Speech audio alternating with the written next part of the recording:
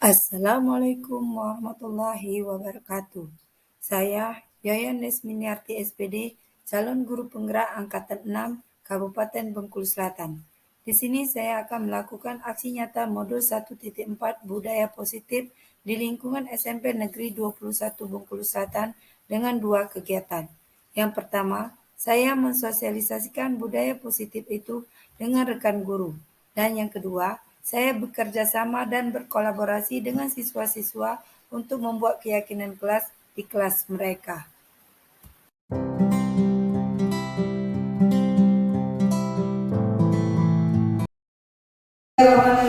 Assalamualaikum warahmatullahi wabarakatuh.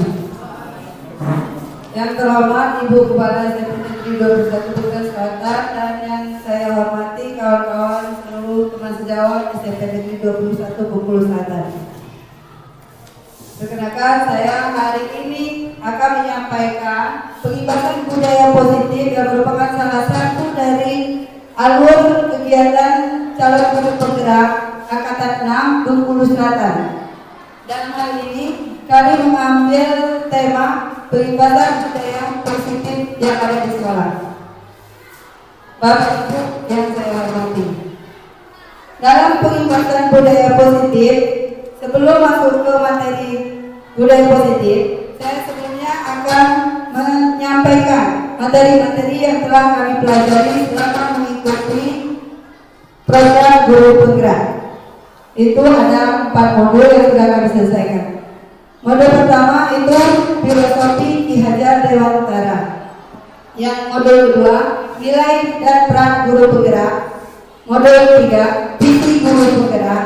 Yang keempat, modul budaya positif. Nah, yang budaya positif nanti yang akan kita bahas. Selanjutnya, untuk modul 1, yang filosofi Ki Hajar Dewantara, itu kami laksanakan kemarin. Pendidikan dan pengajaran adalah dua kosakata yang bermakna. Menurut Ki Hadi, pendidikan usaha sadar yang dilakukan untuk menuntut segala kekuatan kodrat pada anak manusia sebagai masyarakat untuk mencapai keselamatan dan kebahagiaan setinggi-tingginya. Sementara pengajaran, cara memberi ilmu pengetahuan serta memberikan keterampilan kecakapan kepada anak-anak. Seorang guru yang baik, menurut Ki Hajar Dewantara, maka harus selalu senantiasa mengembangkan segala potensi dirinya menjadi guru yang selalu berkembang agar dapat memberikan dan melayani segala bahkan seorang guru harus dikembangkan dan juga mereka mengerti metode pembelajaran, teknik-teknik yang dikembangkan bahkan sampai pada melakukan evaluasi, menjadikan refleksi sebagai seorang pendidik yang memperlakukan anak sesuai kodratnya, melayani mereka setulus hati, memberikan teladan sesuai dengan Ingaso Sokolodo dan bangun semangat atau Imadia Mangkaso dan Tungguri Adayani. Kedua, nilai dan peran guru penggerak. Di sana nilai guru penggerak itu satu adalah inovatif. Inovatif artinya mengeluarkan segala ide yang ada pada dirinya. Mandiri artinya seorang guru itu harus mengikuti yang namanya kegiatan secara mandiri tanpa yang namanya bantuan dari orang lain. Misalkan kalau kita mengikuti reflektif, melakukan refleksi terhadap praktik mengajar atau mengevaluasi kelebihan dan kekurangan dalam mengajar, meminta umpan balik dan guru dan murid. Yang namanya refleksi, kita setiap kegiatan yang misalnya kolaboratif. Kolaboratif, seorang guru harus mampu berkolaborasi dengan teman-temannya atau dengan lingkungannya atau dengan muridnya. Nanti sama-sama berkolaborasi. Misalkan ya kalau kita kemarin sudah melakukan pemilihan OSIS, itu berkolaborasi dalam melakukan kegiatan OSIS. Itu berkolaborasi, anak-anak berkolaborasi di kelas dengan melakukan diskusi atau kerja kelompok. Itu yang kita terapkan di kelas. Yang selanjutnya itu kepada murid, kepada murid. Berpihak kepada murid. Ya, seorang guru harus berpihak kepada murid. Tidak harus kita memaksakan diri. Nanti yang namanya kalau kita sekarang, kalau kebanyakan kita mengajarkan apa kehendak kita, anak harus bisa. Padahal belum tentu anak itu bisa.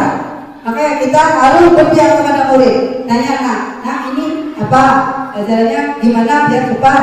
Nah, penggerak itu perannya ada 5. Menjadi pemimpin pembelajaran. Yang kedua, menggerakkan komunitas praktisi. Yang ketiga, menjadi coach bagi guru lain. Yang keempat, mendorong kolaborasi antar guru.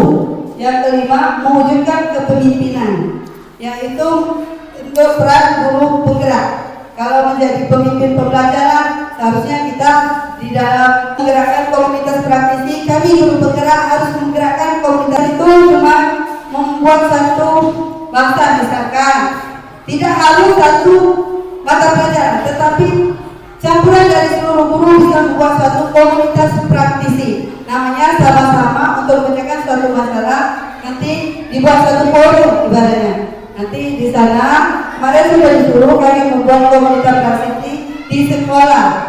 Makanya saya sudah buat di sana kemarin dengan mengangkat yang untuk masalah anak di kelas, bagaimana solusinya, sama-sama kita pecahkan. Itu adalah komunitas praktisi. Menjadi coach bagi guru lain. Coach bagi guru lain itu yang namanya bukan mengajari tetapi mengajak teman, yang namanya supaya dia bisa, oh gimana sih itu bergerak, bagaimana apa kerjanya seperti itu kan coach. Mendorong kolaborasi antar guru, ya mendorong kolaborasi. Mudah-mudahan kita semua sudah melakukan itu semua, karena yang namanya berkolaborasi dengan guru itu sangat penting. Kita sama-sama teman sejawat demi kemajuan anak didik kita sendiri. Mewujudkan kepemimpinan pada murid. Sebenarnya sudah kita laksanakan dalam mewujudkan kepemimpinan pada murid. Contohnya memilih ketua OSIS, melakukan pramuka kemarin itu mewujudkannya visi guru penggerak. Untuk visi guru penggerak kemarin saya mengangkat untuk visi saya di sana, terwujudnya Merdeka Belajar, mencetak siswa yang berkarakter berakhlak mulia sesuai dengan profil pelajar Pancasila. Itu visi saya kemarin, Pancasila. Dalam menggerakkan visi guru penggerak itu kami membuat satu yang nama tahapan yang dinamakan ada membuat B.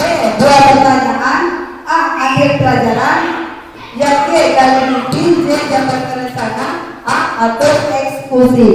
Nah kemarin sudah yang namanya buat pertanyaan, karena visi saya seperti itu, saya sudah membuat pertanyaannya apa, ambil pelajaran dari keseharian di sekolah, saya ambil pelajarannya dari sana, saya menggali mimpi saya nanti jadi gimana sekolah itu. Ya, untuk menggali mimpi itu saya menjabarkan rencana-rencana yang akan saya wujudkan untuk menggali mimpi. Baru nanti saya mengatur eksekusi melakukannya. Yang selanjutnya modul 14 budaya disiplin. Ya di sana yang budaya disiplin itu terdiri dari ada disiplin positif yang dibahas dengan 5 posisi kontrol, yang ketiga teori motivasi, yang keempat ada keyakinan kelas, kebutuhan dasar, dan segitiga restitusi. Nah disinilah yang kami pada materi ini itu ada pengibasan implementasi budaya positif di sekolah. Itu termasuk kepada modul 1.4 budaya positif. Budaya positif, makna disiplin menurut Ki Hajar Dewantara. Itu seorang yang bertanggung jawab dirinya serta tertib lakunya dari segala hak dan kewajibannya. Yang menjadi dasar dari disiplin adalah bentuk pertanggungjawaban yang berasal dari dalam diri atau motivasi internal sendiri. Budaya positif adalah hal-hal yang bisa kita lakukan di kelas atau sekolah yang bisa menanamkan nilai-nilai kebajikan dengan murid kita yang bermuara pada nilai-nilai keyakinan atau kebajikan yang dipesan yang diterapkan di sekolah. Itu budaya positif atau yang baik yang harus kita lakukan di kelas ataupun di sekolah.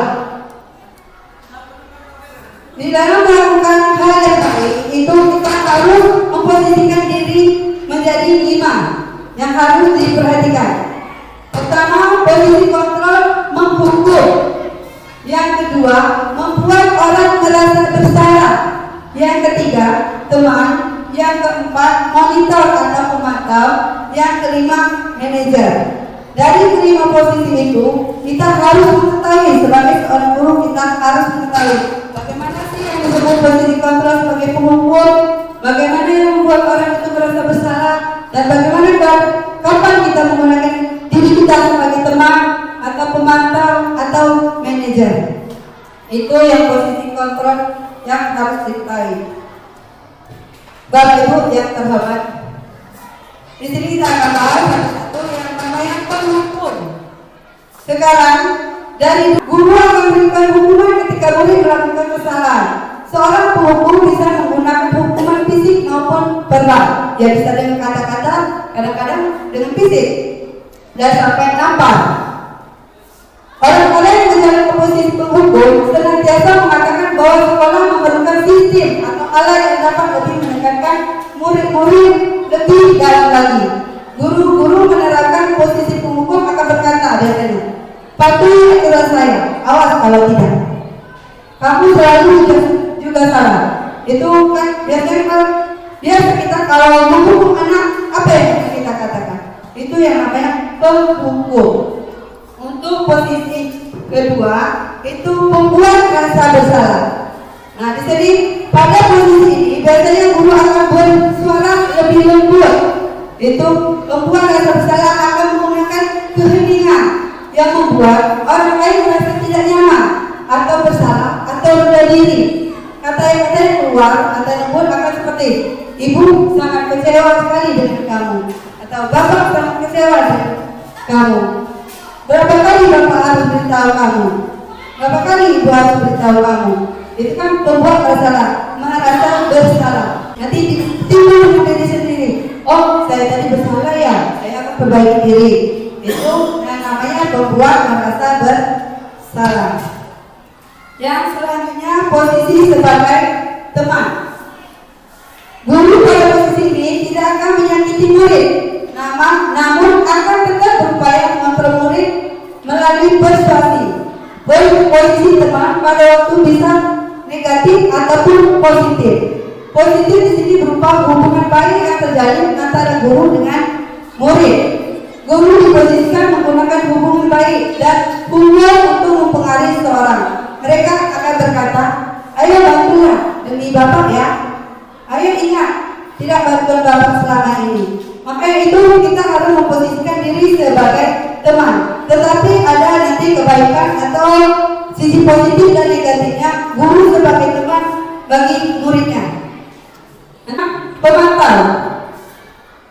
Memantau artinya mengawasi. Nah, dari posisi kontrol yang ada pada guru itu salah satu memantau.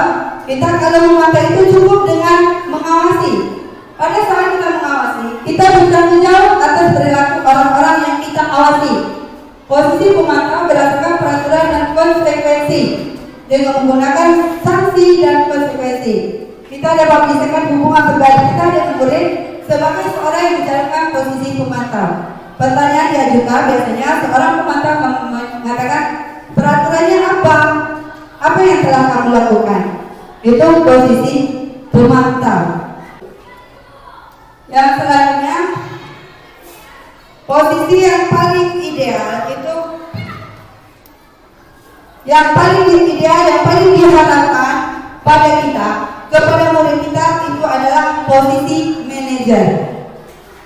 Pada posisi terakhir ini, manajer adalah posisi yang merupakan posisi ideal untuk guru pada saat ini. Pada posisi ini, guru akan menempatkan siswa ketika mendapatkan permasalahan, guru akan membimbing mereka untuk menemukan solusi atau permasalahan mereka. Jadi prosesnya itu supaya siswa setelah melakukan kesalahan atau memperbaiki kesalahan, mereka kembali menjadi siswa yang lebih baik lagi. Pada posisi ini biasanya guru akan mengatakan seperti, apa yang kita yakini? Apa kamu meyakininya? Jika kamu meyakininya, apa kamu bersedia memperbaikinya? Itu biasanya sebagai manajer. Kita cuma mengajukan pertanyaan dengan siswa sendiri yang menjawab apa yang seharusnya dilakukannya. Nanti terjawab sendiri dan siswa sendiri yang mendapat solusinya. Nah, makanya dari kelima posisi tadi ini ada yang namanya motif 5 posisi kontrol. Ada yang identitas gagal, ada identitas berhasil. Itu motivasi intrinsiknya. Perilaku kontrol negatif penghukum. Yang saya sebutkan tadi kan yang sebagai penghukum. Penghukum itu ada positifnya, ada negatifnya. Tapi di sini kan ada yang negatif. Itu buat guru berbuat menghati, menunjuk atau menyakiti, menyindir. Itu menghukum namanya.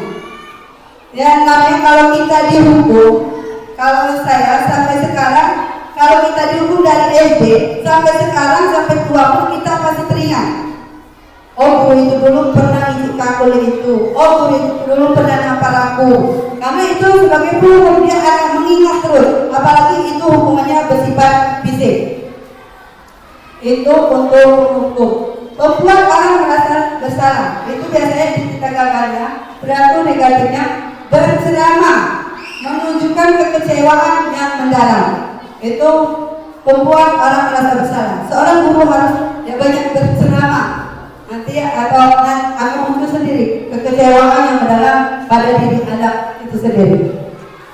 Perilaku kontrol positifnya untuk teman, sebagai teman, membuatkan alasan-alasan untuk murid-muridnya. Ya kita sebagai teman, namanya teman. Pemantau, menghitung dan mengundur.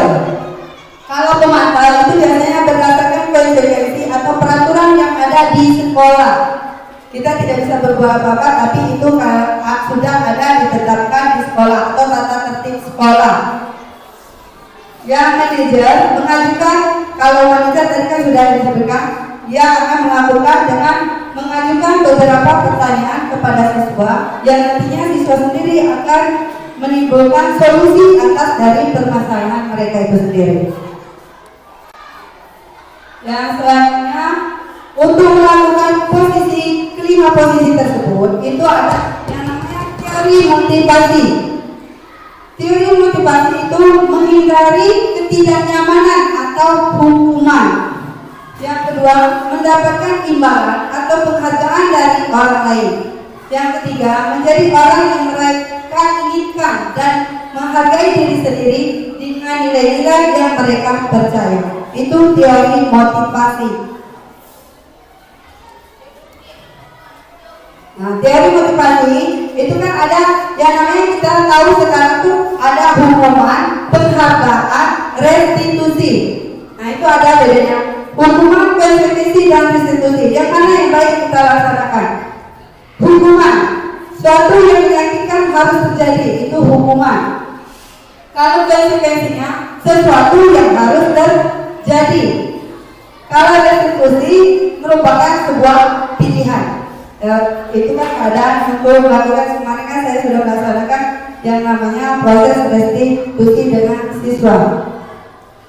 Hukuman identitas gagalnya tidak nyaman untuk murid, murid atau anak untuk jangka waktu panjang.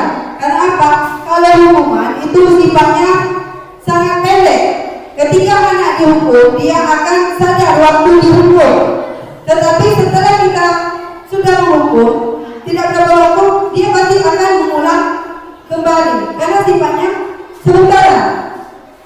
Anak akhirnya kan sudah dia dihukum deh pagi agak curang dosa mulai lagi, maka itu yang namanya hukuman. Kalau konsekuensi tidak nyaman untuk murid, anak untuk jangka waktu pendek. Ya, konsekuensinya apa sih? Jika kamu tidak mengerjakan tugas saya, konsekuensinya apa? Itu kan Pak yang menggunakan kata yang konsekuensi. Kalau restitusi menguatkan untuk murid anak dalam jangka waktu panjang.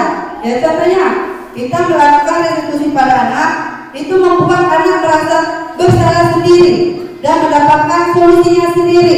Itu pada proses restitusi. Yang selanjutnya korban mendapatkan keadilan. Ya, mengetahui latar belakangnya anak-anak senangnya apa senang diskusi atau senang yang namanya menggambar atau senang dengan bernyanyi, itu yang perlu dilakukan. Dan selanjutnya kebebasan. Anak membutuhkan kebebasan sebagai kebutuhan dasar di dalam kehidupan atau di sekolah. Bebas artinya dengan tanda petik Ya bebas sesuai dengan aturan yang ada, bukan bebas sebebas-bebasnya, bukan. Tapi karena ada yang namanya aturan, kita harus memberikan yang namanya kebebasan pada anak. Tapi dari tadi tanda kutip kebebasannya bagaimana. Nah, untuk memenuhi kebutuhan dasar tadi, itu ada yang dinamakan segitiga restitusi. Untuk segitiga restitusi itu ada 3 tahap. Pertama ada menstabilkan identitas, yang kedua validasi tindakan yang salah, itu yang ketiga keyakinan kelas apa yang kita sepakati, itu apa? Menanyakan keyakinan. Dalam menstabilkan identitas, setiap orang pasti pernah melakukan kesalahan. Kamu bukan satu-satunya yang pernah melakukan ini. Itu yang harus kita ucapkan kepada anak ketika kita menyelesaikan suatu masalah.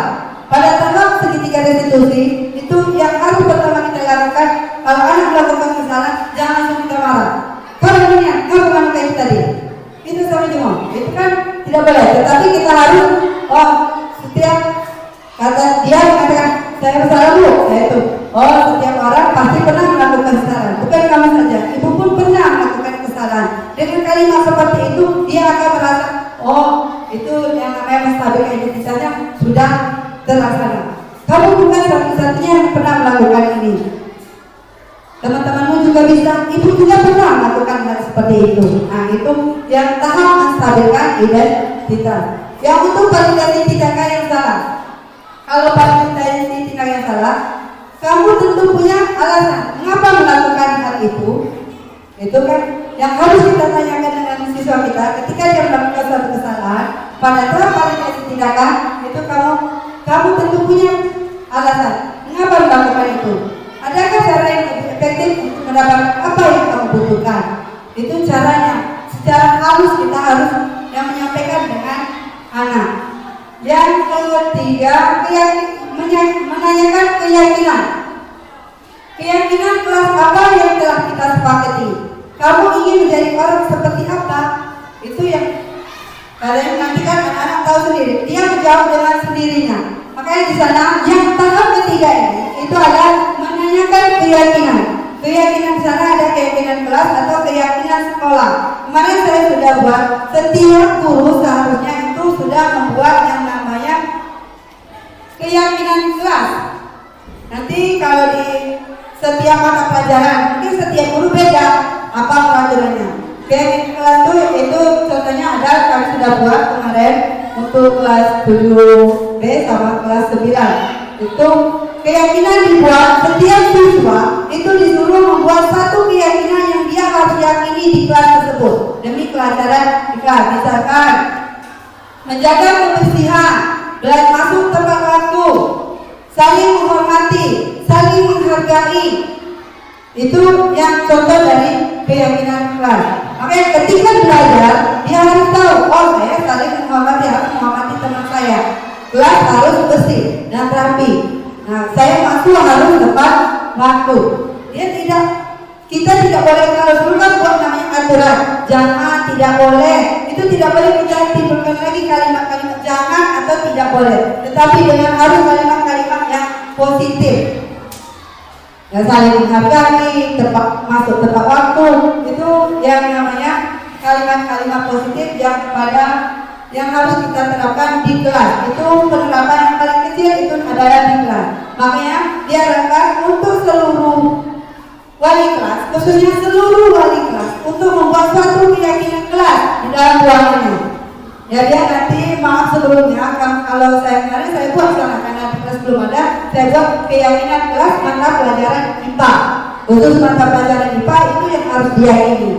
Nah, tetapi kalau sudah ada di kelas, nanti kan ada keyakinan kelas atau kesepakatan, nanti akan membuat suatu kesepakatan kelas. Makanya ya guru-guru paham, itu anak-anak juga mengerti, itu yang harus dilakukannya. Dan perlu lagi kita dikte.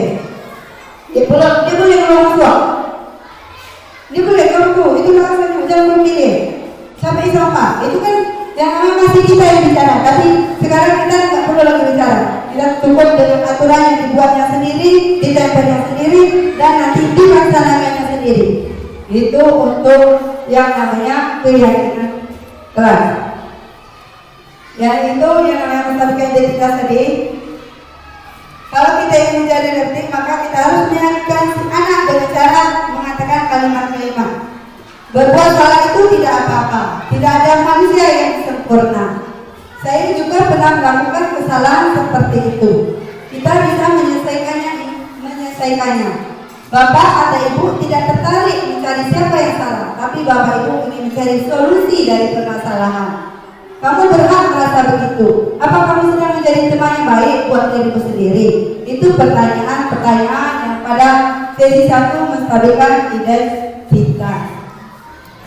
Pertanyaan yang kedua itu ada pertanyaan-pertanyaan pada sesi 2, validasi tindakan, itu contohnya juga ada.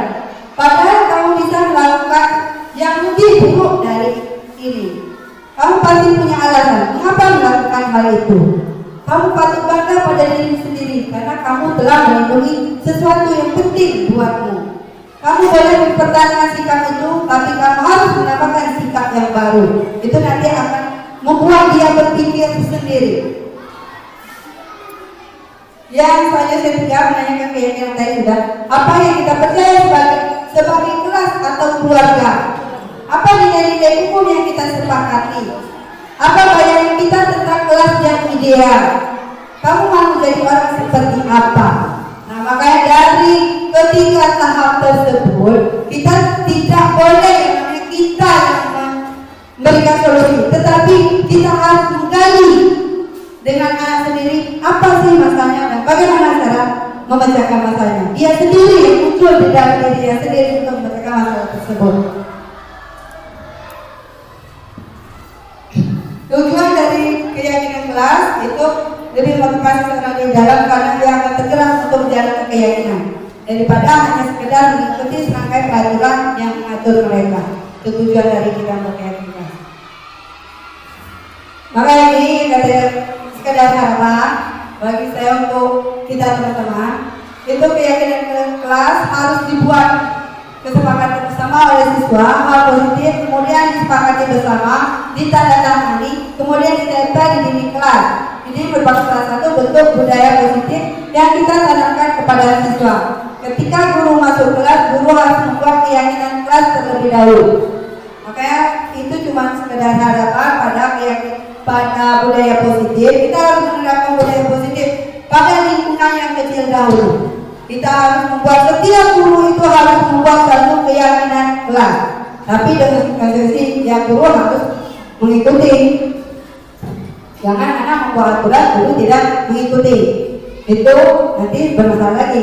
Makanya keyakinan itu nanti kalau saya berikan kertas, anak silakan tulis sendiri. Apa keyakinan kelas yang baik menurut kamu? Yang untuk sudah saya kasihkan kertas, saya sudah saya tulis, saya suruh tempel di belakang. Kasih nama, bukan tanda tangan kalau saya kemana. Saya suruh kasih namanya. Nanti biar tahu, oh si A yang membuat aturan itu, si B yang membuat aturan itu. Nanti setelah itu disepakati semua, nanti disimpulkan jadilah yang keyakinan kelas seperti itu. Itu budaya positif yang paling kecil yang harus kita lakukan di sekolah atau di kelas. Intinya, melakukan hal baik bukan karena atasan atau karena guru, atau bukan untuk mendapatkan penghargaan atau nilai, tetapi kita harus tahu bahwa itu baik untuk dilakukan. Mungkin itu yang saya sampaikan untuk hari ini. Kalaupun ada diskusi nanti kita lanjutkan. Untuk hari ini saya akhiri. Assalamualaikum warahmatullahi wabarakatuh. Assalamualaikum warahmatullahi wabarakatuh. Selamat siang, salam sejahtera untuk kita semua. Baiklah Bapak Ibu, tadi sudah kita dengarkan bersama paparan Ibu Yoyon Desminianti SPD sebagai CGP di sekolah kita ini, SMP Negeri 21 Bengkulu Selatan, tentang pengibaran implementasi budaya positif di sekolah. Nah, kita sudah mendengarkan bersama Bapak Ibu bagaimana kita menerapkan budaya positif terhadap peserta didik kita di sekolah yang kita cintai ini. Dalam pelaksanaan proses pembelajaran, mulai dari anak menginjakkan kaki di sekolah dari pagi hari sampai jam pulang. Artinya kita sangat diharapkan tidak boleh melakukan hal-hal yang akan merugikan anak, baik secara mental maupun fisik. Misalnya mereka tidak membuat PR, kita tidak boleh begitu saja menghukum mereka dengan memperbanyak pekerjaan atau disuruh bekerja di WC dan segala macam. Jadi kita pilihlah kira-kira apa yang kita lakukan supaya tugas itu memang membuat anak sadar dan berpihak kepada siswa. Jadi pembelajaran di kurikulum Merdeka ke depan, kita memang benar-benar berpihak kepada siswa, tidak lagi kita seenaknya menjatuhkan hukuman ketika mereka melakukan kesalahan. Jadi kami himbau kepada Bapak Ibu Dewan Guru untuk sama-sama mengikuti, mengimplementasikan apa yang sudah disampaikan oleh Ibu Yoyones Miniarti sebagai PGP di SMP negeri kita. Itu saja barangkali Bapak Ibu yang terpenting, kita sudah sama-sama mendengar materi beliau dari awal sampai akhir paparannya, kita sudah sama-sama menyimak, dan ini cuma himbauan dari pihak sekolah agar kita menuruti, mengimplementasikan apa yang beliau sampaikan. Hanya itu, lebih kurang mohon maaf. Wabillahi taufiq wal hidayah. Wassalamualaikum warahmatullahi wabarakatuh.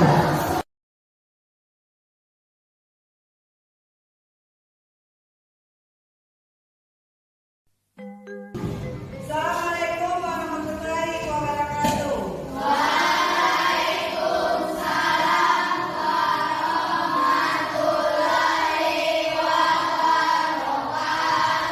Apa kabar kalian semua? Baik. Alhamdulillah kalau semuanya dalam keadaan baik.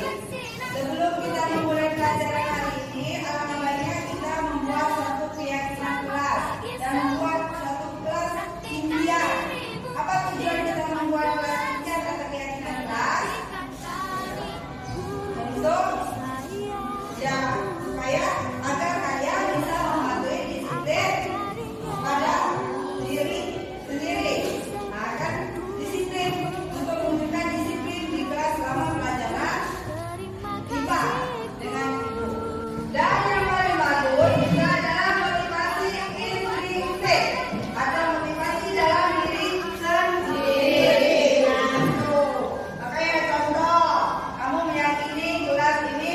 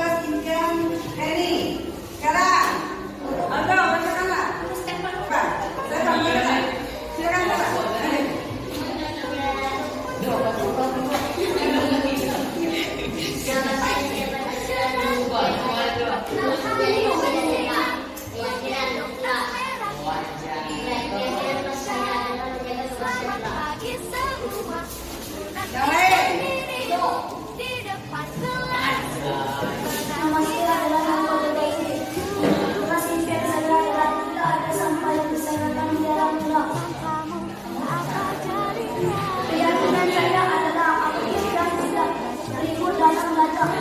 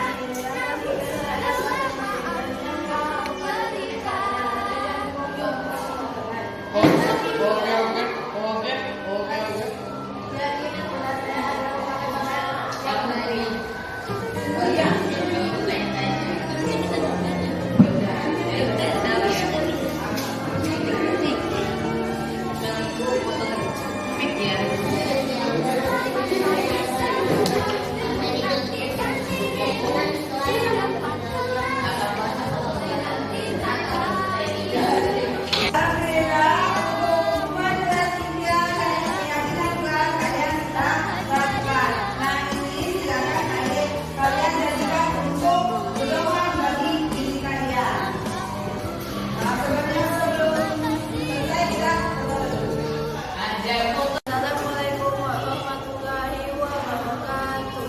Nama saya Humadia, kelas 7B. Referensi saya terhadap keyakinan kelas adalah kelas menjadi aman, tentram, nyaman, dan saling menghormati antar teman. Karena kami telah melaksanakan keyakinan kelas dan mempunyai kesadaran, itu saja referensi dari saya. Wassalamualaikum warahmatullahi wabarakatuh.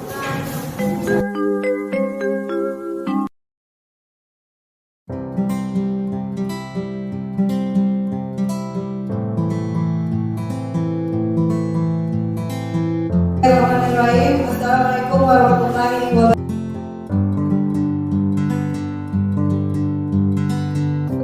Bagaimana cara mereka, bagaimana cara kami menguji seperti kerja praktek kemarin dengan kemarin. Mereka melakukan lalu kami membuat dalam bahasa Indonesia dan bahasa Inggris. Ibu ya, melihat hasilnya.